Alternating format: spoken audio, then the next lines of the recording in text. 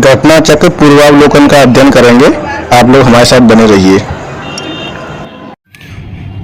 Hello friends, आज हम पढ़ेंगे गवर्नर जनरल और वायसराय। इसमें 60 प्रश्न मैंने पहले कंप्लीट करा दिए थे, 60 प्रश्न अभी बाकी हैं, तो वो आज हम कंप्लीट कर ले रहे हैं। तो यहीं पे शुरू करते हैं। 61वां प्रश्न है, भारत में पहली रेलवे लाइन कब शुरू हुई? इसका उत्तर क्या हो जाएगा? इसका उत्तर हो जाएगा 1853। कब हुई थी? 1853 में। और किस किस के मध्य हुई थी? तो बम्बई से थाड़े के बीच में। किसके बीच में? बम्बई से थाड़े के बीच में।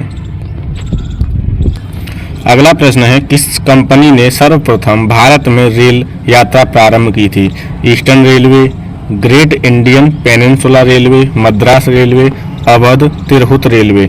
इसका उत्तर हो जाएगा विकल्प B, Great Indian Peninsula Railway. क्या हो जाएगा? Great Indian Peninsula Railway. अगला प्रश्न है, ब्रिटिश भारतीय राज्य क्षेत्र का अंतिम प्रमुख विस्तार हुआ। पूछ रहा है कि अंतिम प्रमुख विस्तार किसके काल में हुआ था? डफरिन के समय, डलहौजी के समय, लिट्टन के समय या करजन के समय?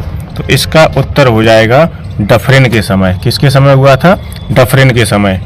अब हम इनका कार्यकाल देख लेंगे कि किसका कार्यकाल कब कब रहा है। ठीक है, तो हम शुरू करेंगे भारत के वायसराय। 1856 से 62 कैनिंग रहा था। कौन रहा था? कैनिंग। फिर आया एल्गिन प्रथम, फिर आया लॉरेंस, फिर आया लॉर्ड मेयो, फिर आया नॉर्थ ब्रुक, फिर आया लिट्टन, फिर आया रिपन, फिर आया डफरिन। कौन आया? डफरिन। तो डफरिन है, उसका कार्यकाल है 1884 से 1888। डफरिन का कार्यकाल क्या है? 1884 से 1888। भारतीय राष्ट्रीय कांग्रेस की स्थापना भी इसी के समय हुई थी। तो अगर आपसे पूछता है ब्रिटिश भारतीय राज्य क्षेत्र का अंतिम प्रमुख विस्तार हुआ किसके समय? डफरिन के समय। किसके समय? डफरिन के समय। 1885 ईस्वी में तृतीय आंग्ल बर्मा युद्ध हुआ और 1 जनवरी 1886 को संपूर्ण बर्मा को ब्रिटिश भारत में मिला दिया गया, जो ब्रिटिश भारतीय राज्य क्षेत्र का अंतिम प्रमुख विस्तार था। इस समय लॉर्ड डफरिन था। वायसराय कौन था? Lord Dufferin. लॉर्ड डफरिन का कार्यकाल क्या है? 1884 से लेके 1888। 1884 से लेके 1888। ठीक है। अब अगर पूछ ले कि संपूर्ण बर्मा को ब्रिटिश भारत में कब मिलाया था? तो 1 जनवरी 1886 को। कब मिलाया था? 1 जनवरी 1886 को। अब ये प्रथम आंग्ल बर्मा युद्ध, द्वितीय आंग्ल बर्मा युद्ध, तृतीय आंग्ल बर्मा युद्ध, ये युद्ध भी याद रखने हैं। ठीक है। तृतीय आंग्ल बर्मा युद्ध कब हुआ? 1885 में। कब हुआ? 1885 में। अगला प्रश्न है, पब्लिक वर्क्स डिपार्टमेंट, जिसे हम बोलते हैं PWD, पब्लिक वर्क्स डिपार्टमेंट को 1845 से 1855 के दौरान स्वरूप देने वाले कौन थे? मतलब किसने स्वरूप दिया था? तो पब्लिक वर्क डिपार्टमेंट को 1845 से 55 के दौरान स्वरूप देने वाले कौन थे? लॉर्ड डलहौजी। कौन थे? लॉर्ड डलहौजी। याद रखना है, कौन थे? लॉर्ड डलहौजी। अगला प्रश्न है, विधवा पुनर्विवाह अधिनियम किसके शासन में क्रियान्वित किया गया? Lord Dalhousie, Lord Canning, Sir Henry Hardinge या लॉर्ड लॉरेंस? इसका उत्तर हो जाएगा कैनिंग, लॉर्ड कैनिंग। क्या उत्तर हो जाएगा? Lord Canning. ईश्वर चंद्र विद्यासागर थे, उनके प्रयासों के फलस्वरूप लॉर्ड कैनिंग के समय में विधवा पुनर्विवाह अधिनियम 1856। कब आया था ये विधवा पुनर्विवाह अधिनियम? 1856। मिलान करने के लिए आ जाएगा या पूछ लेगा कि विधवा पुनर्विवाह अधिनियम कब आया था? 1856 में। किसने इसके लिए प्रयास किया था? ईश्वर चंद्र विद्यासागर ने। और किसके समय क्रियान्वित किया गया था? तो लॉर्ड कैनिंग के समय। किसके समय? लॉर्ड कैनिंग के समय। याद रहेगा, एक लाइन याद रखनी है कि ईश्वर चंद्र विद्यासागर के प्रयासों के फलस्वरूप लॉर्ड कैनिंग के समय विधवा पुनर्विवाह अधिनियम 1856 पारित हुआ था। कब हुआ था? 1856 पारित हुआ था। अगला प्रश्न है 1 नवंबर 1858 को महारानी विक्टोरिया का घोषणा पत्र इलाहाबाद में पढ़कर सुनाया था। तो किसने पढ़कर सुनाया था? विलियम बेंटिक ने, लॉर्ड कैनिंग ने, लॉर्ड बर्नहम ने और सर हरकोट बटलर ने। तो किसने सुनाया था? कैनिंग ने। किस उत्तर क्या हो जाएगा इसका? बी। क्या हो जाएगा? बी। लॉर्ड कैनिंग का कार्यकाल क्या था? तो 1856 से 1862। लॉर्ड कैनिंग का क्या कार्यकाल है? 1856 से 1862।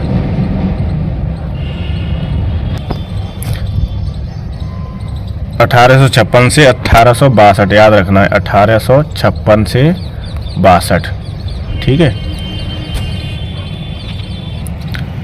1857 की महान क्रांति का सबसे महत्वपूर्ण परिणाम था महारानी की उद्घोषणा। क्या हुई थी?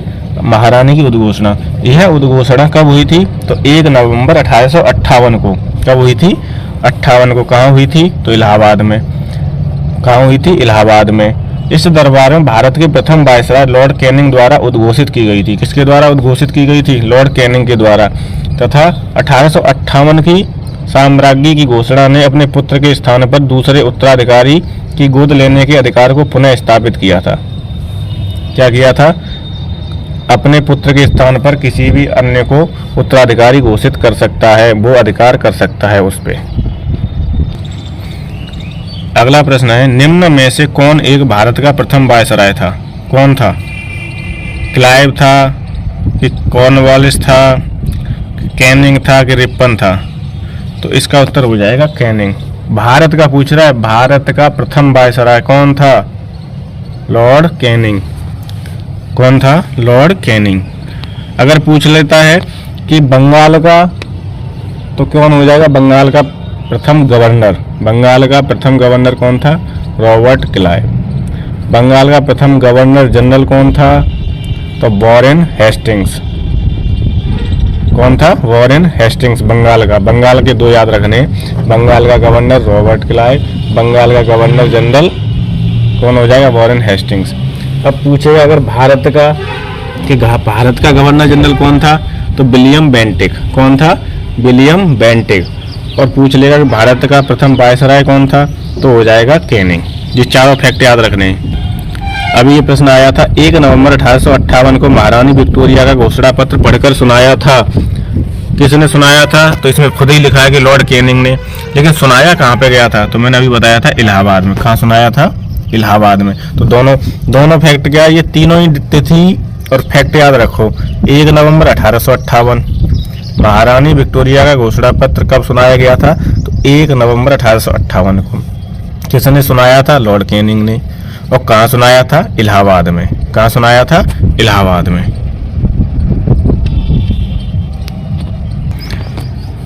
69 प्रश्न है अपने पुत्र के स्थान पर दूसरे उत्तराधिकारी को गोद लेने के अधिकार को पुनः स्थापित किया था। किसने स्थापित किया था? तो 1858 की साम्राज्ञी की घोषणा ने। 1858 की घोषणा जो किसने पढ़ के सुनाई थी? लॉर्ड कैनिंग ने। कहाँ सुनाई थी? तो इलाहाबाद में। कब सुनाई थी? 1 नवंबर 1858 को। कब सुनाई थी? 1 नवंबर 1858 को। अपने पुत्र मतलब किसी राजा के पास अगर पुत्र नहीं है तो वो उत्तराधिकारी को गोद ले ले और उसकी संपत्ति का वारिस वही हो जाएगा। तो इसका उत्तर हो जाएगा डी। क्या हो जाएगा इसका विकल्प? डी हो जाएगा। महारानी विक्टोरिया को भारत की साम्राज्ञी नियुक्त किया गया। कब नियुक्त किया गया था महारानी विक्टोरिया को? तो 1 जनवरी 1877 को। कब किया गया? 1 जनवरी 1877। तो इसका विकल्प हो जाएगा सी। महारानी विक्टोरिया को भारत की साम्राज्ञी 1877 को नियुक्त किया गया था। इसकी थोड़ी और व्याख्या बता देता हूँ कि एक राजसी उपाधि अधिनियम आया था 1876 में। कब आया था? राजसी उपाधि अधिनियम आया था 1876 में। वो पारित की 1876 में पारित किया गया। इस अधिनियम के तहत महारानी विक्टोरिया को 1 जनवरी 1877 को दिल्ली दरबार में भारत की साम्राज्ञी घोषित किया गया। इस प्रकार सम्राट एडवर्ड 7 को वर्ष 1903 में तथा जॉर्ज 5 को वर्ष 1911 में भारत का सम्राट घोषित किया गया था। जॉर्ज पंचम सुना होगा, दिल्ली दरबार 1911 में हुआ था। तो कौन था? जॉर्ज पंचम आए थे। कौन आए थे? जॉर्ज पंचम। तो वैसे ही इसे याद रखना कि महारानी विक्टोरिया को भारत की साम्राज्ञी कब नियुक्त किया गया? तो 1877 में। अगर तिथि पूछ ले, जन्म मतलब तारीख भी पूछ लेता तो 1 जनवरी 1877। 1 जनवरी 1877। निम्नलिखित में से किस गवर्नर जनरल ने भारत में दास प्रथा को समाप्त किया था? Cornwallis, Ellenborough, William Bentinck, John Shaw. इसका उत्तर हो जाएगा बी, लॉर्ड एलनबरो। 1843 का एक्ट था, 1843 का एक्ट है 5। कौन सा एक्ट है? 5। 1843 एक्ट 5 के द्वारा भारत के तत्कालीन गवर्नर जनरल लॉर्ड एलनबरो ने दास प्रथा का उन्मूलन किया था। किसने उन्मूलन किया है? एलनबरो ने। एलनबरो किसने किया है? एलनबरो ने। तो एलनबरो का कार्यकाल देखोगे 1842 से 1844 था। एलनबरो का जो कार्यकाल है वो है 1842 से 1844 और ये घटना कब की है? 1843 की। कब की है ये घटना? 1843 की। अगला प्रश्न है निम्न युग्मों में से कौन सा एक सही है? तो इसमें सही बताना है। कॉर्नवालिस स्थायी बंदोबस्त, बेलेजली चतुराई पूर्ण निष्क्रियता, डलहौजी सहायक संधि और कैनिंग भारतीय राष्ट्रीय कांग्रेस की स्थापना। तो इसका विकल्प हो जाएगा ए, लॉर्ड कॉर्नवालिस स्थायी बंदोबस्त से संबंधित हैं और इसकी तारीख है 1793 1793। इसका क्या हो जाएगा?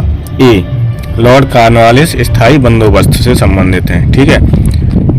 डलहौजी आपको पता ही है, व्यपगत का सिद्धांत, हड़प वाला सिद्धांत सर डलहौजी का।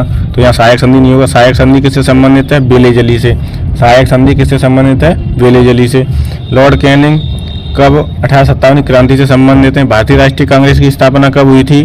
तो भारतीय राष्ट्रीय कांग्रेस की स्थापना हुई थी 85 में, 1885 में। और किसके समय हुई थी? तो मैंने अभी बताया था, लॉर्ड डफरिन के समय हुई थी। किसके समय हुई थी? लॉर्ड डफरिन के। और लॉर्ड डफरिन का जो कार्यकाल है वो है 1884 से 1888। लॉर्ड डफरिन का कार्यकाल है 1884 से 1888। तो सहायक संधि किससे संबंधित है? बेलेजली से। स्थायी बंदोबस्त किससे संबंधित है? कॉर्नवालिस से। किससे संबंधित है? कॉर्नवालिस से। याद रखोगे इतना, ठीक है।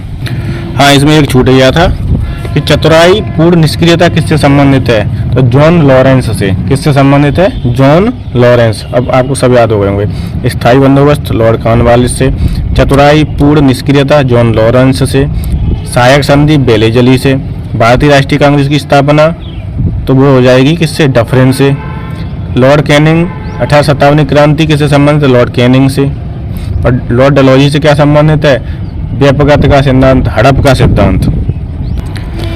अगला प्रश्न है निम्नलिखित में से किसका सुमेल नहीं है? मतलब इसमें से कोई एक गलत बताना है। ठीक है। तो स्थायी बंदोबस्त कॉर्नवालिस, सहायक संधि बेलेजली, व्यपगत का सिद्धांत डलहौजी। और कैनिंग के समय क्या हुआ था? 1857 क्रांति हुई थी। उच्चतम निष्क्रियता कैनिंग से संबंधित नहीं है। तो इसका उत्तर हो जाएगा विकल्प डी। इसका उत्तर क्या हो जाएगा?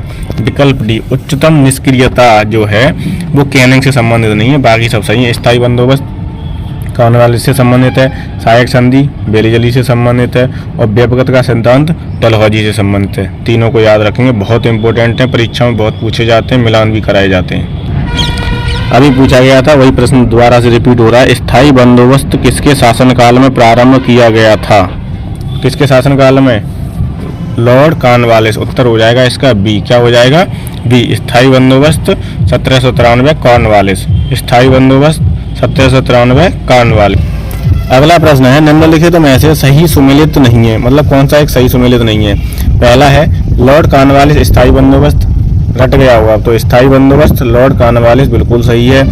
सहायक संधि प्रणाली बेलेजली से, ये भी सही है।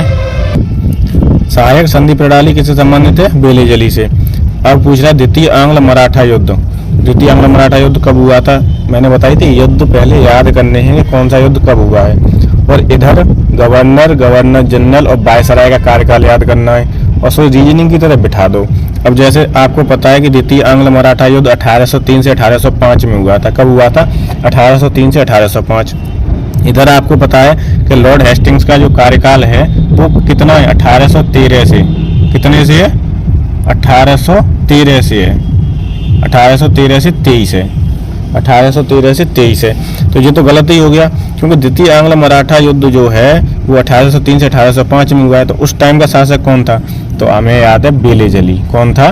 बेलेजली। बेलेजली का कार्यकाल क्या है? बेलीजली का कार्यकाल क्या है? 1798 से 1805, 1798 से 1805। तो द्वितीय, तो इसका यही वाला उत्तर हो जाएगा गलत, विकल्प सी। ठीक है, यहाँ पे लॉर्ड हेस्टिंग्स की जगह अगर बेलीजली होता तो ये सही होता। चौथा तो मैं फिर समझा दूँ कि 1829 का 17वां regulation act Lord William Bentinck 1829 sati प्रथा वाला है, ये बता चुका हूँ। ठीक है, तो डी बिल्कुल सही है। अगला प्रश्न है, पेशवाई को कब समाप्त किया गया था? तो 1818 में। इसे फैक्ट है, इसे याद कर लो।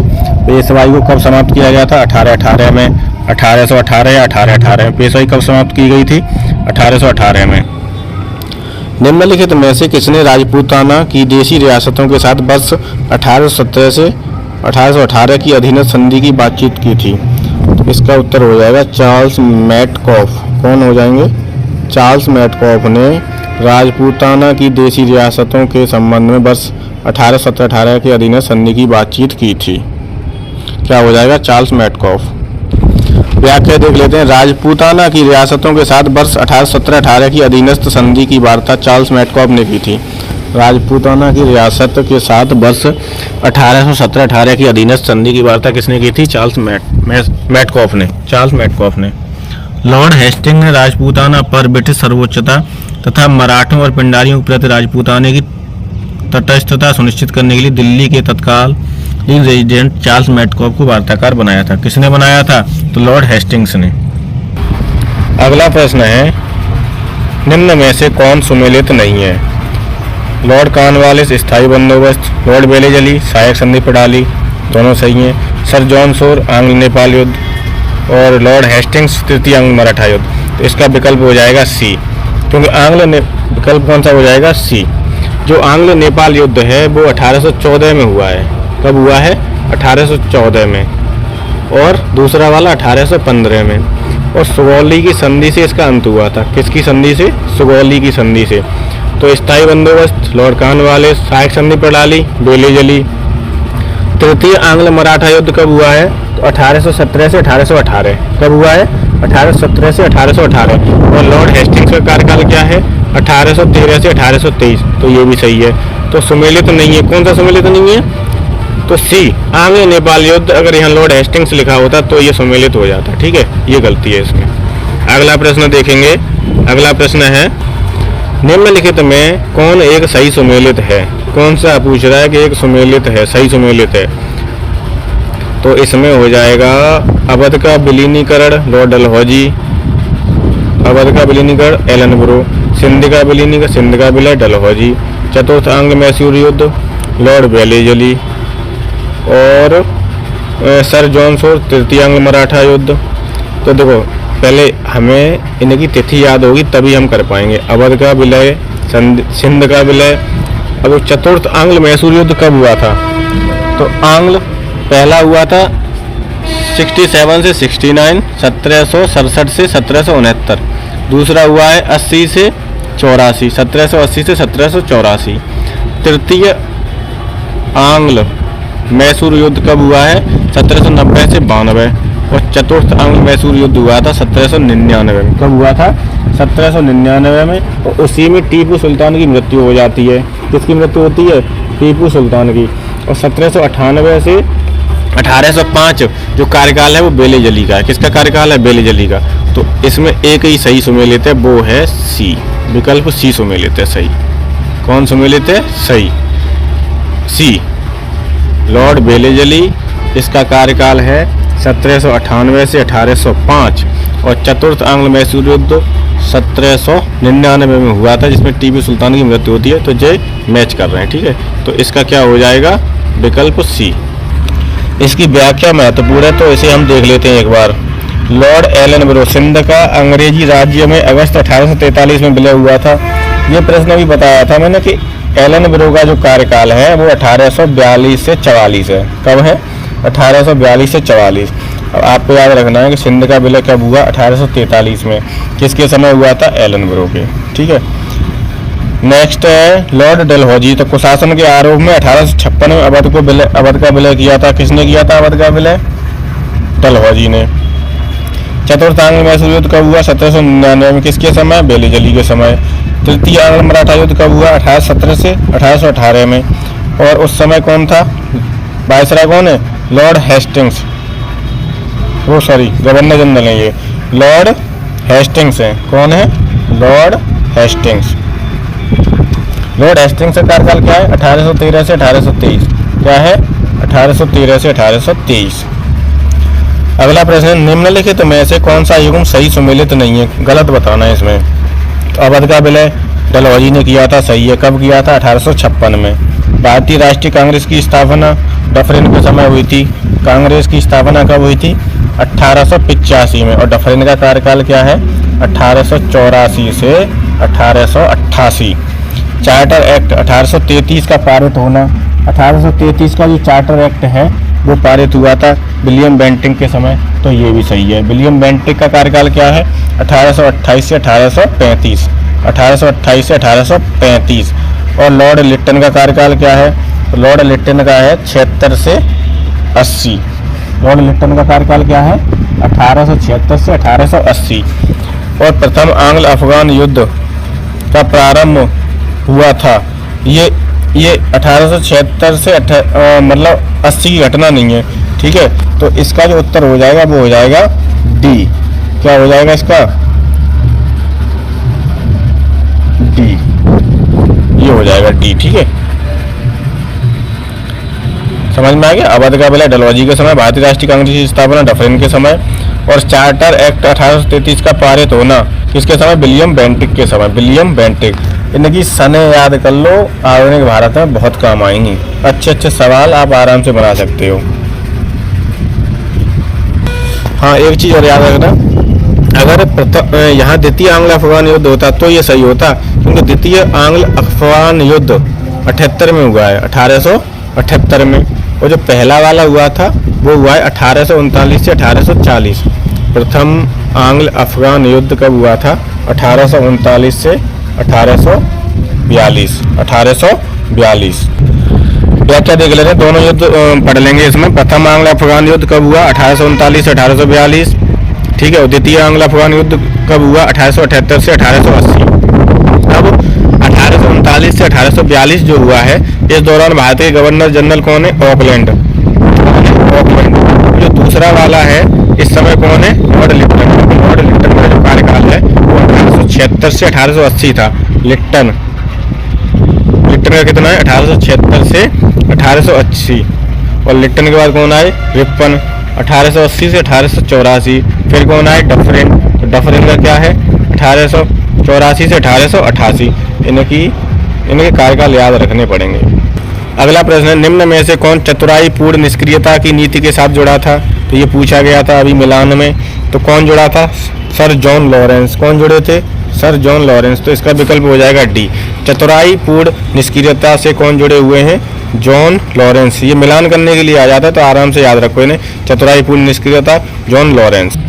अगला प्रश्न है, भारत में अंग्रेजों के समय में प्रथम जनगणना हुई थी। भारत में अंग्रेजों के समय में प्रथम जनगणना हुई थी। इसमें जनगणना की बात कर रहा है, तो देखो इसमें क्या है, दो तरह की जनगणना से प्रश्न पूछा जाता है। एक पूछता है प्रथम जनगणना, दूसरा पूछता है नियमित जनगणना। एक पूछेगा प्रथम जनगणना, तो इसका उत्तर हो जाएगा लॉर्ड मेयो। क्या हो जाएगा इसका उत्तर? Lord Mayo. Lord Mayo. अब लॉर्ड मेयो का कार्यकाल क्या था?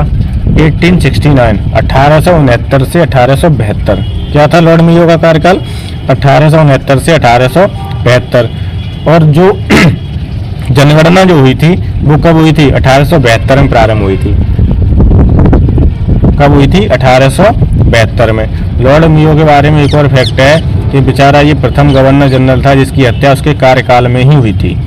पूछ ले अगर कि कौन ऐसा गवर्नर जनरल था जिसकी हत्या उसके कार्यकाल में हुई थी, तो लॉर्ड मेयो, ठीक है। और पहला प्रश्न जो मेन इंपोर्टेंट है वो यही वाला है कि भारत में अंग्रेजों के समय में प्रथम जनगणना हुई थी, तो लॉर्ड मेयो के समय में। कब हुई थी? 1872 में। नियमित जनगणना पूछेगा अगर, नियमित जनगणना कब हुई थी? तो हुई थी लॉर्ड रिपन के काल में। कब हुई थी? रिपन के काल में। कब हुई थी? मतलब किसके कार्य में? रिपन के में। और कब हुई थी? 1881 में। 1881। प्रश्न रिपीटेड है।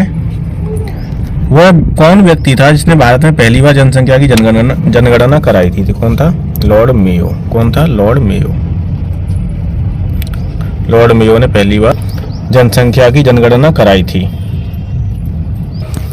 किस वायसराय की हत्या अंडमान निकोबार द्वीप समूह में जब वे भ्रमण पर थे एक दंडित अपराधी द्वारा की गई थी? तो लॉर्ड मेयो। किसकी?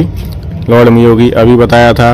लॉर्ड मेयो एक ऐसा वायसराय था, governor general, sorry, Lord Mayo ऐसा प्रथम गवर्नर जनरल था जिसकी हत्या उसके कार्यकाल में हुई थी। क्या हो जाएगा? Lord Mayo. Lord Mayo. किस वायसराय की हत्या उसके कार्यकाल में हुई थी? तो लॉर्ड मेयो। कौन था? Lord Mayo. अब तो याद हो गया होगा, लॉर्ड मेयो। अफगानिस्तान के प्रति एक जोश भरी अग्र फॉरवर्ड नीति का अनुसरण करने वाला गवर्नर जनरल कौन था? Minto, Dufferin, Elgin, Lytton. तो कौन था? लिटन। कौन था? लिटन। इसका उत्तर क्या हो जाएगा? डी। 1876 में लिटन के वायसराय बनकर आने पर अफगानिस्तान के प्रति अपनाई गई नीति में परिवर्तन आया। जब लिटन आ गया, लिटन का कार्यकाल क्या है? 1876 से 1880।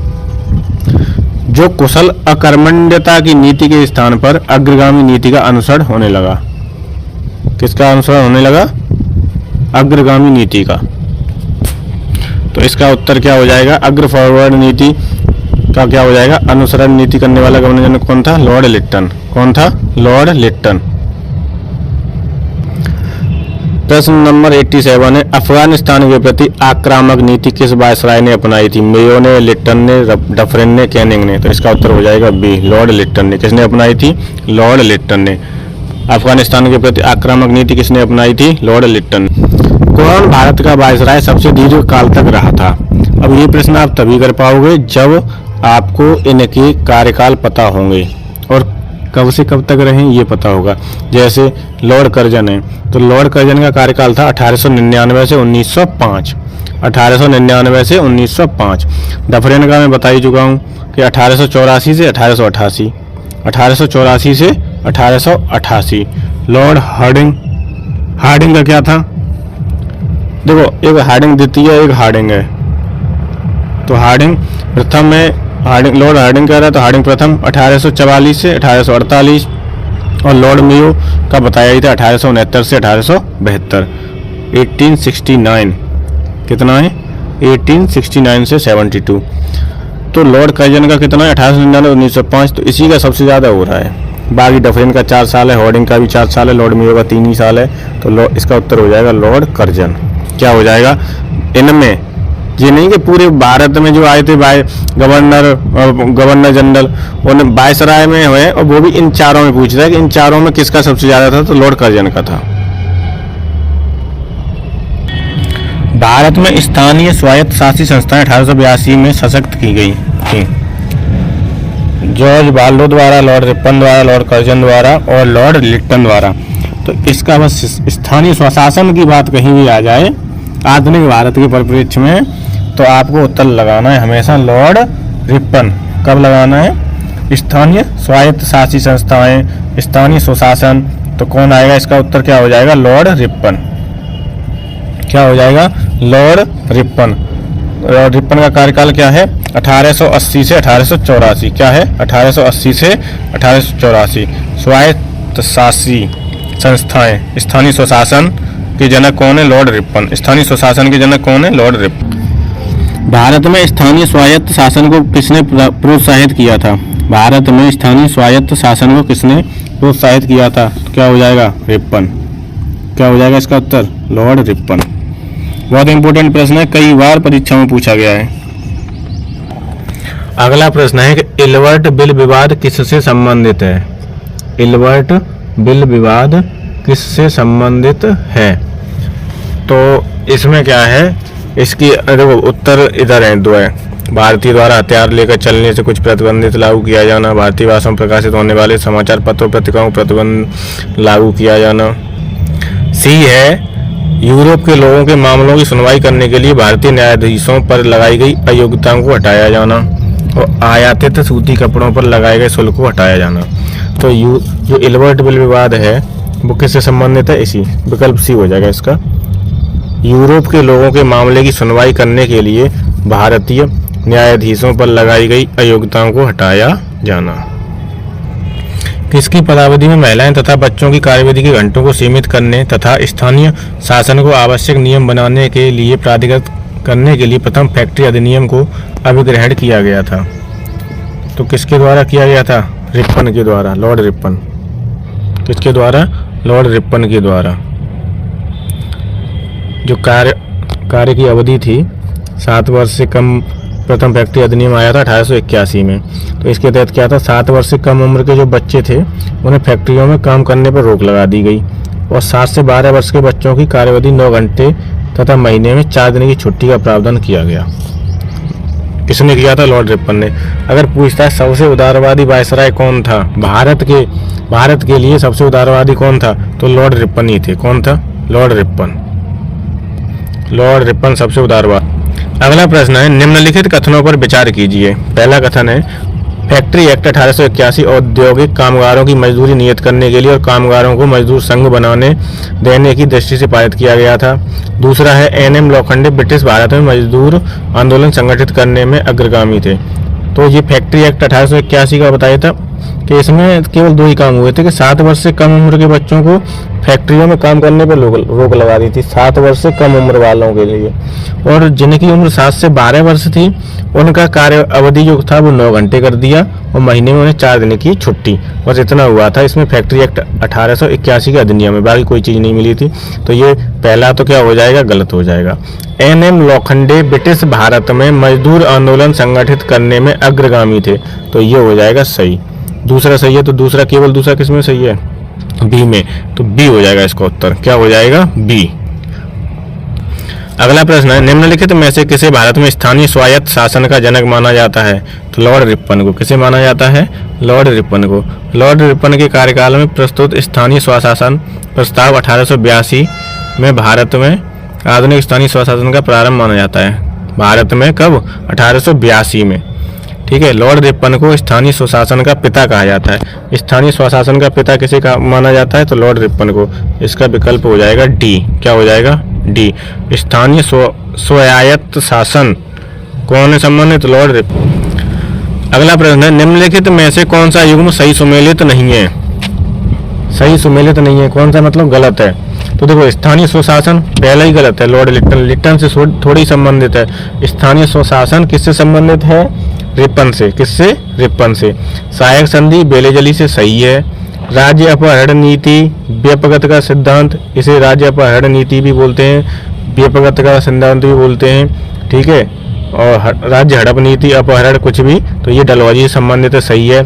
स्थायी बंदोबस्त, इस्तमरारी बंदोबस्त, ये किससे संबंधित है? लॉर्ड कॉर्नवालिस से। कब आया था स्थायी बंदोबस्त? 1793 में। तो ये तीनों नीचे वाले सही हैं, केवल एक गलत है। वो कौन सा है? वो हो जाएगा ये स्थानीय स्वशासन। कौन सा हो जाएगा? स्थानीय स्वशासन। थोड़ी स्क्रीन गड़बड़ हो गई थी, इसका हो जाएगा ए। स्थानीय स्वशासन किससे संबंधित है? लॉर्ड रिपन से। सहायक संधि बेलेजली से। राज्य अपहरण नीति लॉर्ड डलहौजी से। स्थायी बंदोबस्त लॉर्ड कॉर्नवालिस से। अगला प्रश्न है, सूची 1 को सूची द्वितीय से मिलाइए। नीचे दिए गए कूट में से सही उत्तर का चयन कीजिए। तो पहला है क्लाइव का मिलान करना है। क्लाइव का तो बंगाल में दोहरा शासन, क्लाइव के समय क्या हुआ था? बंगाल में दोहरा शासन। तो ए का हो जाएगा सी। ए का क्या हो जाएगा? सी। विलियम बेंटिक, इसके समय पे अंग्रेजी शिक्षा पे जोर दिया था मैकाले ने, ये हो जाएगा। चार्ल्स मैडकॉफ, इसका हो जाएगा प्रेस पर प्रतिबंध हटाना। प्रेस पर प्रतिबंध हटाना, प्रेस का मुक्तिदाता भी बोलते हैं इसे, चार्ल्स मैडकॉफ को। और बंगाल विभाजन जो 1905 में हुआ था, वो किसके समय की घटना है? कर्जन के समय की। लॉर्ड कर्जन का जो कार्यकाल था वो 1899 से 1905 था। क्या था? 1899 से 1905। ये ऐसे मिल जाएंगे। ठीक है। तो क्लाइव बंगाल में दोहरा शासन, क्लाइव के समय। तो बेंटिंग अंग्रेजी शिक्षा, चार्ल्स मैडकॉफ प्रेस पर से प्रतिबंध हटाना, और कर्जन बंग विभाजन, ये हो जाएगा। ठीक है, अब इसमें उत्तर अभी बता रहा हूँ, एक सेकंड में। इसका उत्तर हो जाएगा ए।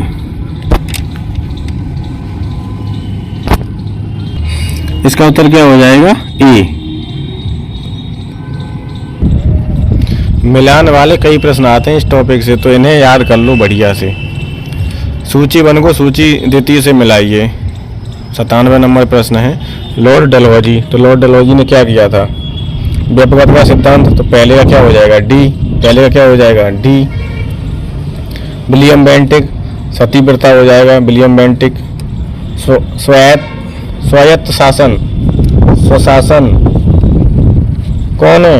लॉर्ड रिपन, 1882 हो जाएगा। लॉर्ड कर्जन, बंगाल विभाजन हो जाएगा। तो पहले का डी है और फिर ABC है, तो देख लो उत्तर में पहले का डी है। पहले का क्या है? डी। पहले का डी है और फिर ABC है। पहले का डी फिर ABC, तो ए हो जाना चाहिए आंसर, तो ए ही होगा। ए क्या हो जाएगा? ए। अगला प्रश्न है, निम्नलिखित में से कौन सी जोड़ी गवर्नर जनरल और घटना सुमेलित है? तो Lord Cornwallis regulating act, Lord Wellesley स्थायी बंदोबस्त, लॉर्ड एलनबरो सिंध का विलय और लॉर्ड डलहौजी प्रथम अफगान युद्ध। तो इसमें एक ही सही है, लॉर्ड एलनबरो, क्योंकि सिंध का विलय जो हुआ था वो 1843 में हुआ था और लॉर्ड एलनबरो का कार्यकाल है 1842 से 1844। तो इसका विकल्प हो जाएगा सी। क्या हो जाएगा इसका? सी।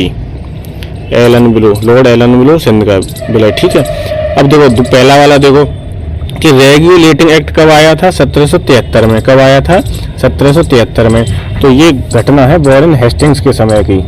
वॉरेन हेस्टिंग्स, वॉरेन हेस्टिंग्स से याद आएगा कि बंगाल का प्रथम गवर्नर जनरल था ये वॉरेन हेस्टिंग्स। इसका कार्यकाल क्या था? 1772 से 1785। और स्थायी बंदोबस्त किसके समय की घटना है? तो स्थायी बंदोबस्त है कॉर्नवालिस के समय की, 1793 की। कब की है? 1793। कितना है? इसका कार्यकाल क्या था? 1786 से 93। और प्रथम अफगान युद्ध ये अलग घटना हो गई। डलहौजी के समय में आया था, क्या आया था? राज्य हड़प की नीति या व्यापकता का सिद्धांत। क्या आया था? राज्य हड़प की नीति या व्यापकता का सिद्धांत। भारतीय पुरातत्व सर्वेक्षण की स्थापना किसके काल में हुई थी? तो लॉर्ड कर्जन के काल में। किसके काल में हुई थी? लॉर्ड कर्जन के काल में। Lord Curzon. 100वां प्रश्न है, भारतीय पुरातत्व सर्वेक्षण की स्थापना हुई थी किसके काल में? लॉर्ड कर्जन के काल में। किसके काल में? लॉर्ड कर्जन के काल में। प्राचीन स्मारक संरक्षण एक्ट किस गवर्नर जनरल के कार्यकाल में पारित हुआ था? तो प्राचीन स्मारक संरक्षण एक्ट किसके काल में हुआ था? लॉर्ड कर्जन के में। किसके में? लॉर्ड कर्जन के में। इसका उत्तर हो जाएगा सी। प्राचीन स्मारक संरक्षण एक्ट, लॉर्ड कर्जन, विकल्प सी। भारत में कर्जन के प्रशासन की तुलना औरंगजेब से किसने की थी? किसने की थी? तो गोपाल कृष्ण गोखले ने, जी के गोखले। इसका विकल्प हो जाएगा बी। क्या हो जाएगा? बी। अगला प्रश्न है, इंपीरियल कैडेट कॉर्प्स की स्थापना किसने की थी? इंपीरियल कैडेट कॉर्प्स, तो इसकी स्थापना की थी लॉर्ड कर्जन ने। किसने की थी? लॉर्ड कर्जन ने। किसने की थी? लॉर्ड कर्जन ने। वैसे तो आप लॉर्ड कर्जन नोटबुक में लिख लो, उसके बाद उसका कार्यकाल लिख लो 1899 से और 1905, और फिर जो जो इसने काम करा है वो लिख लो, जल्दी याद हो जाएंगे और नोट्स तो काम आते ही हैं वैसे भी। अगला प्रश्न है, भारत में ब्रिटिश साम्राज्य के दौरान निम्नलिखित वायसरायों पर विचार कीजिए। मतलब इनकी पदावधियों को सही कालानुक्रम में लगाना है। जैसे Lord Curzon, Lord Chelmsford, Lord Harding और लॉर्ड इरविन। तो लॉर्ड कर्जन का कार्यकाल क्या था? 1899 से 1905, तो जो पहले ही पे ही रहेंगे। ठीक है, फिर कौन आएगा? लॉर्ड हार्डिंग आएंगे। हार्डिंग का कार्यकाल क्या है? 1910 से 1916। फिर लॉर्ड चेम्सफोर्ड आएंगे 1916 से। लॉर्ड चेम्सफोर्ड का क्या था? 1916 से 1921। और उसके बाद में आएंगे लॉर्ड इरविन 1926 से 1931। तो इसका कार्यक्रम ये सेम हो जाएगा, 1 2 3 4 1 2 3 4। तो इसका उत्तर हो जाएगा 1 2 3 4। विकल्प ए सही है। विकल्प ए सही है, क्रम याद हो जाएगा। 106, असैनिक प्रशासन 1905 के संदर्भ में कौन सा कथन सही है? लॉर्ड कर्जन ने प्रांतीय सीमाओं को पुनर्गठित करने का निर्णय लिया। और दूसरा है, पूर्वी बंगाल और असम नामक एक नया प्रांत बनाया। इसके दोनों ही विकल्प सही हैं। ए भी सही, मतलब पहला भी सही है और दूसरा भी सही है, तो इसका उत्तर हो जाएगा विकल्प बी। ए और बी पहला दूसरा दोनों सही हैं। फूट डालो और राज्य करो की रणनीति अपनाई गई थी, कर्जन द्वारा, मिंटो द्वारा, डलहौजी द्वारा, बेलेजली द्वारा। तो इसका पहले तो उत्तर कर्जन माना था आयोग ने, बाद में ए और बी दोनों मान लिए थे, कर्जन और मिंटो। तो इसका उत्तर क्या हो जाएगा, ए भी हो जाएगा और बी भी हो जाएगा, ए और बी। आप लोग विकल्प के हिसाब से उत्तर मारेंगे, ठीक है। फूट डालो और राज्य करो की रणनीति अपनाई थी कर्जन ने और मिंटो ने।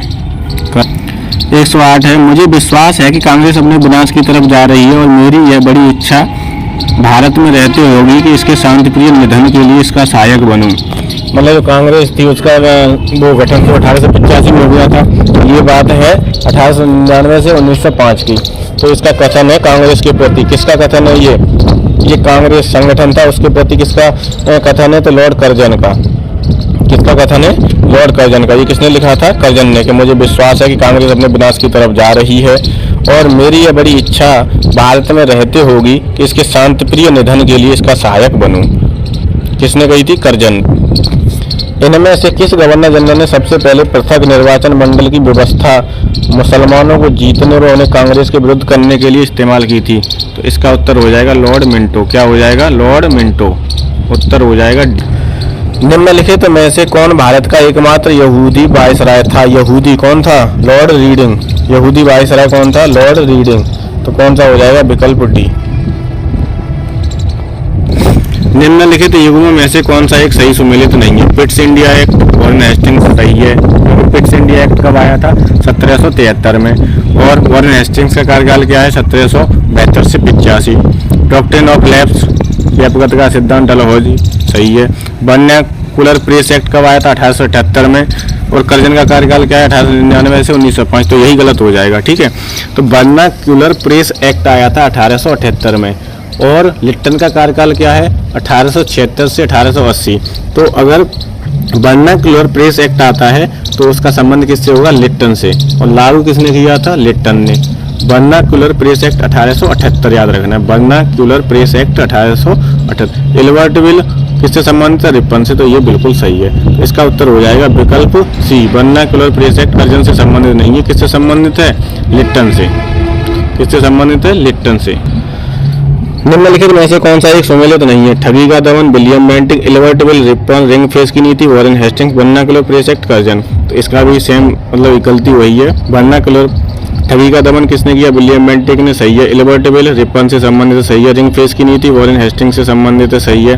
वर्नाक्युलर प्रेस एक्ट किससे संबंधित है, तो किससे संबंधित है, लिट्टन से। तो इसका उत्तर हो जाएगा डी। यहाँ कर्जन दिया, कर्जन गलत है, ये कर्जन गलत है, ठीक है, कर्जन गलत है। Vernacular press act 1878। वीडियो काफ़ी बड़ी हो रही है तो मैं जल्दी फटाफट करा दे रहा हूँ। ब्रिटिश भारत की राजधानी का कलकत्ता से दिल्ली स्थानांतरण किसके काल में क्रियान्वित हुआ था? तो ये हुआ था लॉर्ड हार्डिंग के समय। लॉर्ड हार्डिंग, लॉर्ड हार्डिंग कब, इनका लॉर्ड हार्डिंग का जो कार्यकाल है वो पता है आपको? तो वो है 1910 से 1916। लॉर्ड हार्डिंग 1910 से 1916, ठीक है, याद रखिएगा। सही जोड़े बनाइए तथा नीचे दिए गए कूट से सही उत्तर चुनिए। चूक का सिद्धांत, हड़प नीति, डॉक्ट्रिन ऑफ लैप्स, इतने नाम है इसके राज्य हड़प नीति के। तो इसका क्या हो जाएगा, विकल्प ए का क्या हो जाएगा, डलहौजी। ए का तीसरा क्या हो जाएगा, ए का तीसरा। बंगाल विभाजन 1905 में हुआ था, किसके समय, कर्जन के समय। बंगाल में दोहरा शासन तो क्लाइव ने शुरू किया था, किसने किया था, क्लाइव ने। सामाजिक सुधार से संबंधित कौन है, विलियम बेंटिक, क्योंकि सती प्रथा का जो अंत हुआ था विलियम बेंटिक के समय हुआ था, ठीक है। अब इसमें क्या करना है तुम्हें, इसका देख लो। चूक ए का क्या हो जाएगा, तीसरा, ए का तीसरा और बी का पहला। तो 3 1 2 4 क्या हो जाएगा, 3 1 2 4। अब इसमें देख लो 3 1 2 4 है कहीं, 3 1 2 4। तो विकल्प क्या हो जाएगा इसका, सी, 3 1 2 4। विकल्प सी सही है। क्या हो जाएगा, विकल्प सी, 3 1 2 4। देखो सी सही है। चूक का सिद्धांत, हड़प नीति, डलहौजी। बंगाल का विभाजन लॉर्ड कर्जन। बंगाल में दोहरा शासन क्लाइव और सामाजिक सुधार विलियम बेंटिक। एक बार ऐसे भी देख लो कि 1833 का एक्ट डलहौजी की नियुक्ति, 1858 का एक्ट मिंटो की नियुक्ति, 1835 का एक्ट बेबल की नियुक्ति। अगला प्रश्न है सूची 1 को सूची द्वितीय से मिलाओ। तो सतारा का क्या हो जाएगा? सतारा जैतपुर, सतारा का हो जाएगा 1848, संबलपुर का 1849, ठीक है, और झांसी का 1854 और अवध का 1856। तो क्या हो जाएगा? सतारा ए का हो जाएगा दूसरा, तो 2143 इसमें देख लो 2143 बी सही है, 2143 बी सही हो गया, तो बी हो जाएगा इसका, क्या हो जाएगा? बी 2143। अगला प्रश्न है निम्नलिखित घटनाओं पर विचार कीजिए तथा उनके काल क्रमानुसार व्यवस्थित कीजिए। सिक्किम का विलय, झांसी का विलय, पंजाब का विलय, बर्मा का विलय। तो इनका जो है वो पता नहीं है कि कब कब विलय हुए, तो उस क्रम में फिर लगाना है इन्हें, ठीक है। अब सिक्किम का विलय कब हुआ था? तो सिक्किम का हुआ था 1817 में। कब हुआ था? 1817 में। पंजाब का 1849 में, झांसी का 1854 में और बर्मा का 1886 में। तो पहला, फिर तीसरा, फिर दूसरा, फिर चौथा। पहला, तीसरा, दूसरा, चौथा। इसका उत्तर हो जाएगा डी। क्या हो जाएगा? डी। पहला, तीसरा, दूसरा, चौथा, D. Okay. Governor general viceroy, ये अपने यहीं समाप्त होते हैं। कुछ इम्पोर्टेंट फैक्ट्स हैं जो मैंने इसमें कराए हैं मिलान वाले, वो तारीखें आपको याद रखनी है। जैसे कि सती प्रथा का उन्मूलन किसके समय हुआ? Lord William Bentinck. व्यापकता का सिद्धांत डलहौजी। स्थानीय स्वशासन तो लॉर्ड रिपन से संबंधित है। बंगाल का विभाजन कब हुआ? 1905 में। अभी आगे और पढ़ेंगे हम बंगाल का विभाजन, लेकिन अभी हमने ये वायसराय के तौर पे पढ़ा है कि किस वायसराय के समय कौन सी घटना घटी। पिट्स इंडिया एक्ट 1773 कब? वॉरेन हेस्टिंग्स के समय। वर्नाक्यूलर प्रेस एक्ट 1878 कब? लॉर्ड लिट्टन के समय। लिट्टन ला से लागू, तो लिट्टन ने इसे लागू किया था वर्नाक्यूलर प्रेस एक्ट को, और रिपन ने क्या किया था? रद्द किया था, पूछा जाता है। तो रा से रद्द होता है और रा से ही रिपन होता है, तो रद्द किसने किया था? वर्नाक्यूलर प्रेस एक्ट रद्द किसने किया था? रिपन ने। एल्बर्ट बिल विवाद किससे संबंधित है? तो लॉर्ड रिपन से संबंधित है। और अगर पूछता है कि सिविल सर्विसेज का पिता किसे कहा जाता है? सिविल सर्विसेज का पिता लॉर्ड कॉर्नवालिस को। किसे कहा जाता है? लॉर्ड कॉर्नवालिस को। बंगाल में रॉबर्ट क्लाइव द्वारा स्थापित द्वैध सरकार को 1772 ईस्वी में वॉरेन हेस्टिंग्स ने समाप्त कर दिया। द्वैध सरकार किसने शुरू करी थी बंगाल में? रॉबर्ट क्लाइव ने। समाप्त किसने किया था? वॉरेन हेस्टिंग्स ने। गोद प्रथा निषेध का सिद्धांत केवल हिंदू राज्यों पर लागू किया गया था। पूछता है गोद प्रथा निषेध का सिद्धांत किस पर लागू किया? केवल हिंदू राज्यों पे। अब बंगाल का गवर्नर पूछ ले, बंगाल का गवर्नर केवल, तो कौन हो जाएगा? बंगाल का प्रथम गवर्नर रॉबर्ट क्लाइव हो जाएगा। बंगाल का गवर्नर जनरल तो कौन हो जाएगा? वॉरेन हेस्टिंग्स हो जाएगा। भारत का गवर्नर जनरल कौन हो जाएगा? विलियम बेंटिक हो जाएंगे। भारत का वायसराय कौन हो जाएगा? तो कैनिंग हो जाएगा। कौन हो जाएगा? कैनिंग हो जाएगा। तो ये सब चीज़ें आपको याद रखनी है। लॉर्ड लिट्टन एक विख्यात कवि थे। कौन थे? लॉर्ड लिट्टन एक विख्यात कवि थे जो एक उपन्यासकार भी थे, निबंध लेखक थे। साहित्य जगत में ये ओवेन मेरेडिथ के नाम से प्रसिद्ध थे। ओवेन मेरेडिथ के नाम से प्रसिद्ध थे, ठीक है। सिविल सर्विसेज का पिता बता ही चुका हूँ मैं, कॉर्नवालिस है। और कॉर्नवालिस को आधुनिक भारतीय न्याय व्यवस्था का जन्मदाता कहा जाता है। जो भारतीय न्याय व्यवस्था थी उसका जन्मदाता किसे कहा जाता है? कॉर्नवालिस को। किसे कहा जाता है? कॉर्नवालिस को। हाँ, एक चीज़ और, तार और डाक सेवा किसने प्रारंभ की? मतलब किसके काल में प्रारंभ हुई थी? तो लॉर्ड डलहौजी के काल में। तार और डाक सेवा डलहौजी के कार्यकाल में शुरू हुई थी। और डलहौजी का कार्यकाल क्या था? 1848 से 1856। डलहौजी का कार्यकाल क्या था? 1848 से 1856। पिंडारियों को सुनहला झंडा किसने प्रदान किया था? तो मल्हार राव होलकर ने। किसने प्रदान किया था? मल्हार राव होलकर ने। ये सब बहुत इंपॉर्टेंट से फैक्ट हैं, उन्हें याद कर लो और क्लास के साथ बने रहो।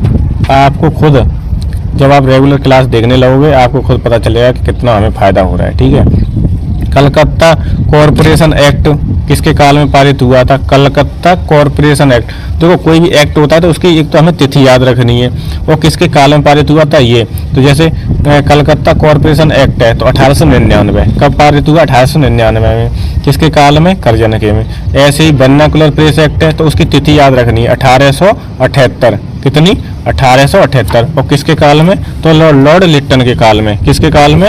लॉर्ड लिट्टन के काल में। और एक वो था ये विधवा पुनर्विवाह अधिनियम। तो विधवा पुनर्विवाह अधिनियम से संबंधित क्या है आपको याद रखना है कि कब हुआ? तो 1856 में। कब पारित हुआ विधवा पुनर्विवाह अधिनियम? 1856 में। किसके इसमें किस भारतीय ने अथक प्रयास किए? तो ईश्वर चंद्र विद्यासागर ने। किसने? ईश्वर चंद्र विद्यासागर। और किस वायसराय के समय? तो कैनिंग के समय। तो ऐसे करके आप याद रखो, ठीक है। पढ़ो, मेहनत करो, मेहनत करोगे तभी कुछ हासिल होगा। और अब मैं ये वाली जो वीडियो यहीं समाप्त करता हूँ। अगला जो वीडियो होगा वो हमारा होगा ब्रिटिश शासन का भारतीय अर्थव्यवस्था पर प्रभाव। ब्रिटिश शासन का, जो ब्रिटिश का शासन था उसका हमारी अर्थव्यवस्था पर क्या प्रभाव पड़ा, कैसे वो लोग हम लोग मतलब अपना जो आयात निर्यात में जो भी हुआ करता था उस सब की हम लोग जानकारी देखेंगे, प्रश्न उत्तर देखेंगे और आगे बढ़ेंगे। ठीक है, आज के लिए इतना ही। कल मेरी वीडियो आ नहीं पाई थी क्योंकि मैं कल इलेक्शन ड्यूटी में था, उसके लिए माफ़ी चाहता हूँ। 7 तारीख को इलेक्शन में था, इसलिए 7 को मेरी वीडियो नहीं आई है। अब रेगुलर मेरी कोशिश रहेगी वीडियो आती रहे। Thank you so much.